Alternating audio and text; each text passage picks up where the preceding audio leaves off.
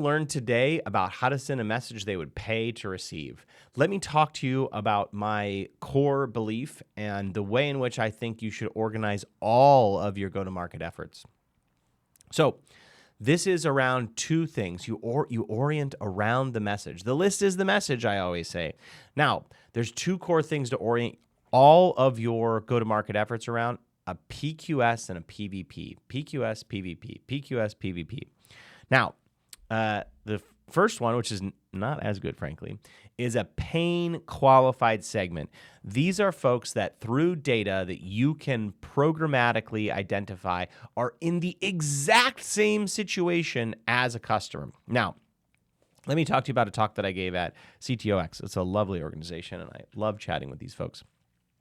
And so I ask Jim, an engineer, to sort of stand up and say, look, I know CTOs, you guys all have 87-page resumes. So of course, Jim stands up and said, here is my 87-page resume, which is great. Engineers are very specific. And so he's trying to be a fractional CTO. And so we wanted to ask, well, where can you unfairly compete?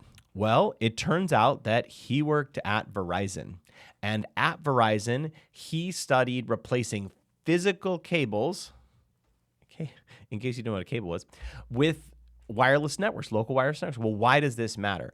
Well, it turns out that in a lot of factories, especially really large factories, there is a bunch of cable connecting things, and it's very, very, very expensive. Now, of course, this doesn't work for everything, but he found out that there are some cases where if you need more than 5 milliseconds of latency or greater, I think that's right, that you can replace it with a wireless network. Well, what does that mean?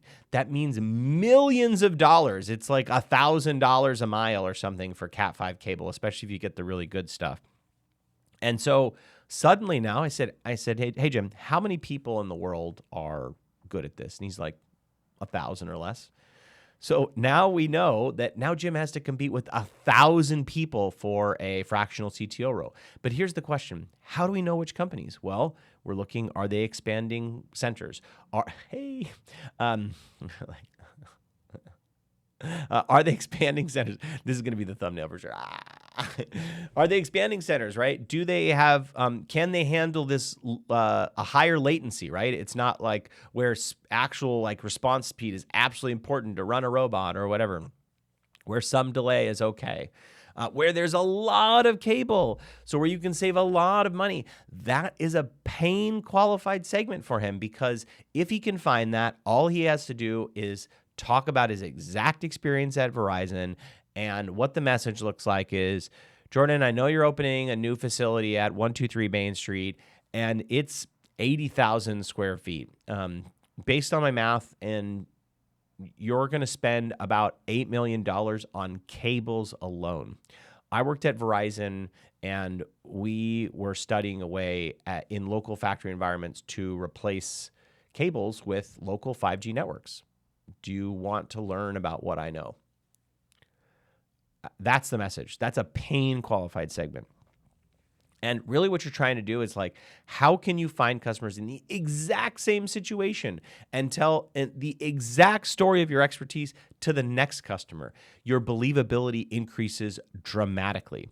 And ideally in this case, you're saying most people zig. Here's why all of our customers, before they came to us, they zigged. Here's why they zagged. And here is the benefit of that. Basically, why did they make a choice here? What were the consequences of that choice? Ideally, this is the sort of obvious choice, and why they took the non-obvious choice and why they're better off with our product for taking that non-obvious choice. So you're actually sharing insight here.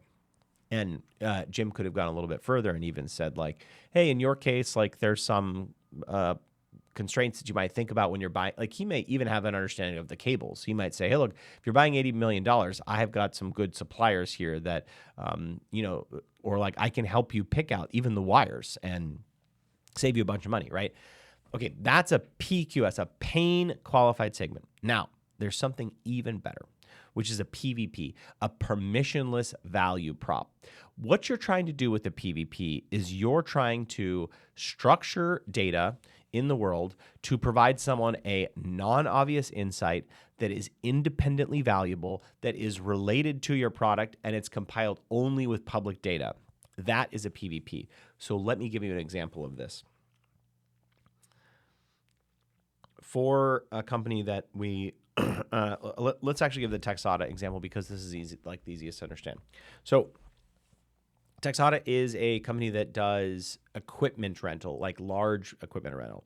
Well, it turns out that if you move large equipments, you have to file a transit permit with the Department of Transit, right? A big ass thing's going to be on the road. So when a big ass thing is on the road, you know when it's not on the road because you can't find any permits. Okay, so that means it's in the storage shed. Okay, now we know what excavator you have, and we know how big it is, and we know if it's not being used. Well, we can use the shovels database, for example, and go find permits of construction, a large construction. And by the way, AI can tell if it needs this thing.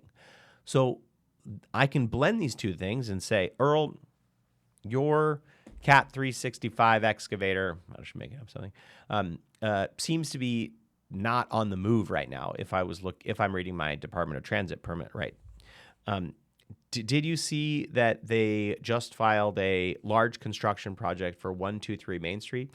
It's about a half a mile away from you. I threw this thing at AI, and it says that it probably is going to need your tool for about 6 weeks. And looking at public rental rates, that's about a $170,000 job. Here is the person to contact. Here's the foreman. Here's the head of the construction company. Here's their email. Here's their phone number. I hope this was useful. I just provided them a lead for them to go contact with a verifiable job, and I know that their excavator is not being used.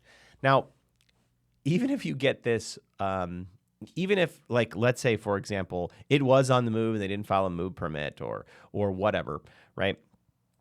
You don't have to be perfect with this because you're just promising value. Sometimes you're going to miss. This is the nature of doing this at large scale.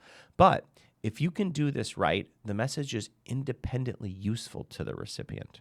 So everything I do is organized around either a PQS or a PVP. It is much easier to do PVPs for vertical SaaS companies because they bleed more data, because they have a focused ideal customer profile, because they have more content online. Horizontal SaaS companies have a really hard time and the PQS and the PVP force them to narrow down, to really say, who is my very, very best segment? What makes them qualified here?